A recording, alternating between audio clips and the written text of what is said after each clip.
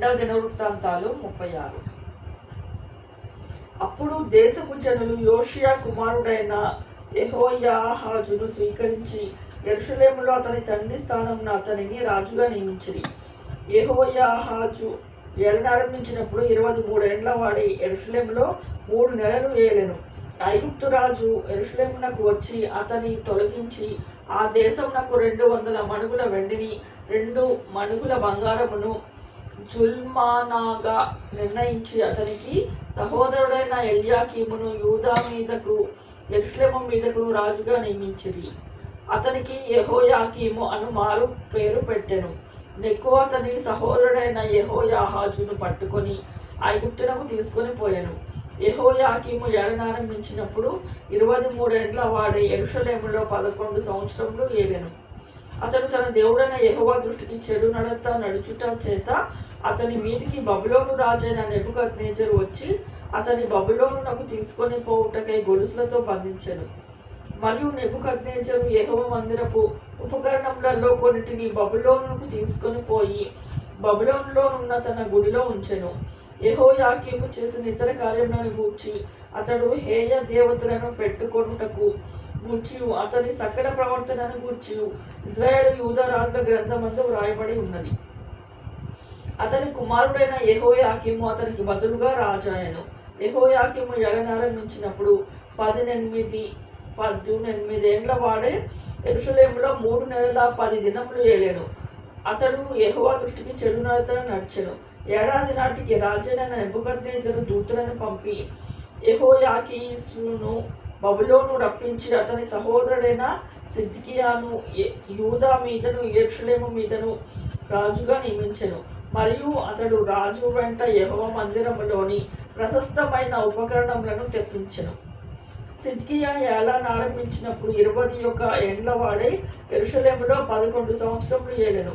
అతడు తన దేవుడైన యెహోవా దృష్టికి చెడు నడత నడుచుచు ఆయన నియమించిన ప్రవక్త అయిన యిర్మీయా మాట వినకయు తన్ను తాను తగ్గించుకొనకయు ఉండెను.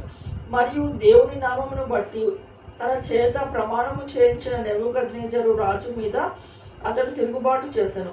అతడు మొండితనము వహించి ఇశ్రాయేలుల దేవుడైన యెహోవా వైపు తిరగక తన మనస్సును కఠినపరుచుకొనెను. అదియుగాక యాజకులలో జనులలోను అధిపతులుగాను అన్యజనులను పూజించి హేయమైన విగ్రహములను పెట్టుకొని బహుగా ద్రోహులై యెహోవా యెరూషలేములో పరిశుద్ధపరిచిన మందిరమును అపవిత్రపరిచిరి. వారి పితరుల దేవుడైన యెహోవా తన జనుల యందును తన నివాస స్థలముల యందును కటాక్షము కలవాడే వారి యొద్దకు తన దూతల ద్వారా వర్తమానము పంపుచూ వచ్చెను. ఆయన పెందరకాడ లేచి పంపుచూ వచ్చినను వారు దేవుని దూతలను ఎగతాళి చేయుచు ఆయన వాక్యములను తృణీకరించుచు ఆయన ప్రవక్తలను హింసించుచు రాగా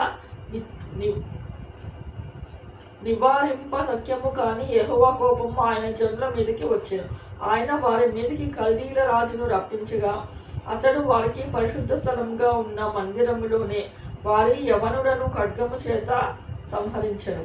అతడు యవనుల యందైనను యువతుల అందైనను ముసలి వారి అందైనను నెరసిన వెంట్రుకల గల వారి అందైనను కనికరింపలేదు. దేవుడు వారి అందరినీ అతని చేతికి అప్పగించెను.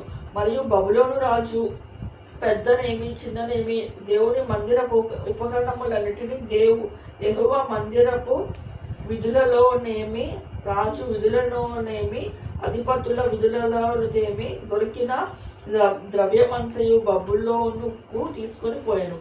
అదియుగాక కల్దీయులు దేవుని మందిరమును తగలబెట్టి యెరూషలేము ప్రాకారమును పడగొట్టి దాని యొక్క నగరులన్నిటినీ కాల్చివేసిరి. దానిలోని ప్రశస్తమైన వస్తువులన్నిటినీ బొత్తిగా పాడు చేసిరి. ఖడ్గం చేత హతులు కాకుండా తప్పించుకొనిన వారు అతని బబులోనుకు తీసుకొని పోయిన రాజ్యము పారసీకుల తగు వరకు వారు అక్కడే ఉండి అతని కుమారులకు దాసులైరి. యిర్మీయా ద్వారా పలుకబడిన యెహోవా మాట నెరవేరుటకై విశ్రాంతి దినములను దేశము అనుభవించు వరకు ఇది సంభవించెను.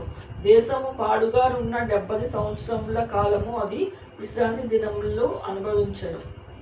పారసీక దేశపు రాజైన కోరెషు ఏలుబడి యందు మొదటి సంవత్సరం ఇర్మియా ద్వారా పలుకబడిన తన వాక్యమును నెరవేర్చుటకై యెహోవా పారసీక దేశపు రాజైన కోరేషు మనస్సును ప్రేరేపింపగా అతడు తన రాజ్యమందంతటా చాలించి వ్రాతమూలముగా ఇట్లు ప్రకటన చేయించెను. పార్సీక దేశపు రాజైన కోరేషు ఆజ్ఞాపించినదేమనగా, ఆకాశమందలి దేవుడైన యెహోవా లోకమందున సకల జనములకు నా వశము చేసి యూదా దేశమందున్న యెరూషలేములో తనకు మందిరమును కట్టించమని నాకు ఆజ్ఞయించి ఉన్నాడు. కావున మీలో ఎవడు ఆయన జనులై ఉన్నారో వారు బయలుదేరవచ్చును. వారి దేవుడైన యెహోవా వారికి తోడుగా ఉండును గాక.